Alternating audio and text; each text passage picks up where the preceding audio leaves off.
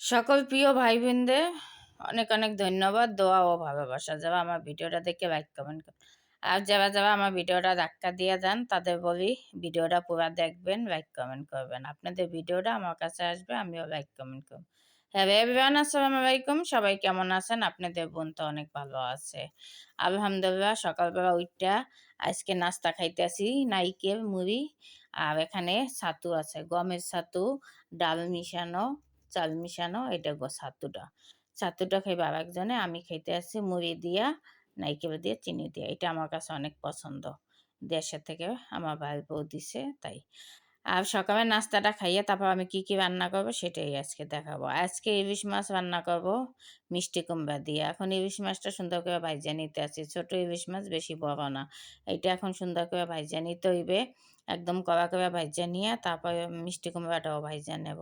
আর মিষ্টি কুমড়া দিয়ে আমাদের ইলিশ মাছ কিন্তু অনেক মজা লাগে, সাথে কচুর গাড়িও ইলিশ মাছের সাথে মানায়, বেগুন।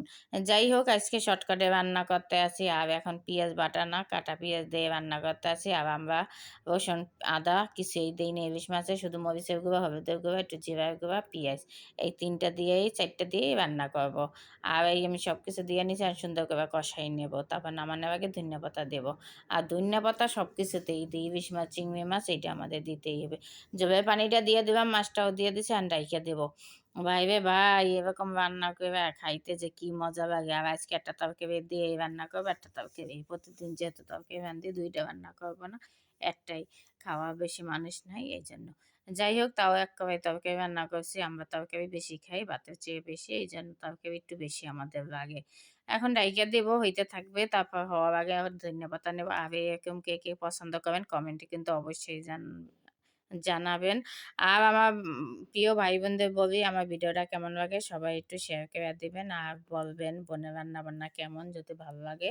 সবসময় বোনের পাশে থাকবেন, আপনাদের পাশে আমি থাকবো। আর এখন দেখবো তরকারিটাই দেখেন হইতে আছে, আর একটু হবে, তারপর ধনিয়া পাতা দেবো। এরকম তরকারি দিয়ে কার না খাইতে মন চায় বলেন? আর ঝাল, এই মিষ্টি কুমড়া ঝাল দিয়ে রান্না করে খাইতে, আর যদি আর একটু বড় ইলিশ মাছ হইতো তার মজা লাগতো, কিন্তু ছোট ইলিশ মাছটা না, তাও মজা হয়েছে। এখন ধনিয়া পাতাটা দিয়ে দিতে আছি, দেখেন মাখা মাখা, বেশি ঝোলও না, বেশি একদম ইও না, এই জন্য রান্না করব। যাই হোক, এভাবেই আমি সবসময় রান্না করি। আর আমার সব তরকারিতে দেখবেন সবসময় ধনিয়া পাতা দেয়, ধনিয়া পাতা না দিলে আমার কাছে ভালোই লাগে না। আমার যখন সিজন না তখনও কিন্তু আমি ধনিয়া পাতার দাম দিয়ে কিনে নিয়ে আসি, আমার ধনিয়া পাতার তরকারিটা বেশি ভালো লাগে। সব জিনিসে ধনিয়া পাতা না দিলে আমার তরকারি ঠিকই ভালো লাগে না, খাইতে স্বাদ লাগে না।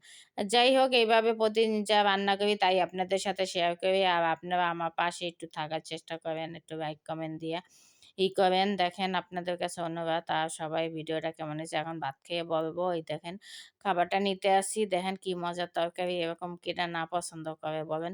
আর সাথে একবারই মরিচ নিয়েছি, কাঁচা মরিচ, এটা যে কি পরিমাণে মজা, ঝাল মরিচ আর এক কসকসা মরিচ, এটা খাইতে যে এত মজা লাগছে আমার কাছে, প্রচুর প্রচুর মজা লাগছে। সবাই কিন্তু এভাবে কাঁচামরিচ যে পছন্দ করেন খাবেন। আর আমি তো সবসময় জানেন শুকনো মরিচটাই বেশি পছন্দ করি, কাঁচামরিচ খুব কম খাই। কিন্তু কাঁচামরিচের এইটা যে কি পরিমাণে আমার কাছে ভালো লাগছে, একদম কচকচা দেশি মরিচ, এইভাবে গাছ গাছ থেকে মনে হয় ছিঁড়ে আসছে। আর এখন আমি কামড়াই কামড়াই খাইতে আছি, অনেক মজা ছিল মরিচটা কিন্তু। আর তরকারিটা মাশাআল্লাহ, আলহামদুলিল্লাহ, অনেক মজা ছিল। যাই হোক, সব তো খাওয়ার ভিডিও-টিডিও দেখাইলাম। এখন সবাই অবশ্যই পুরা ভিডিওটা দেখে লাইক কমেন্ট করে পাশে থাকবেন।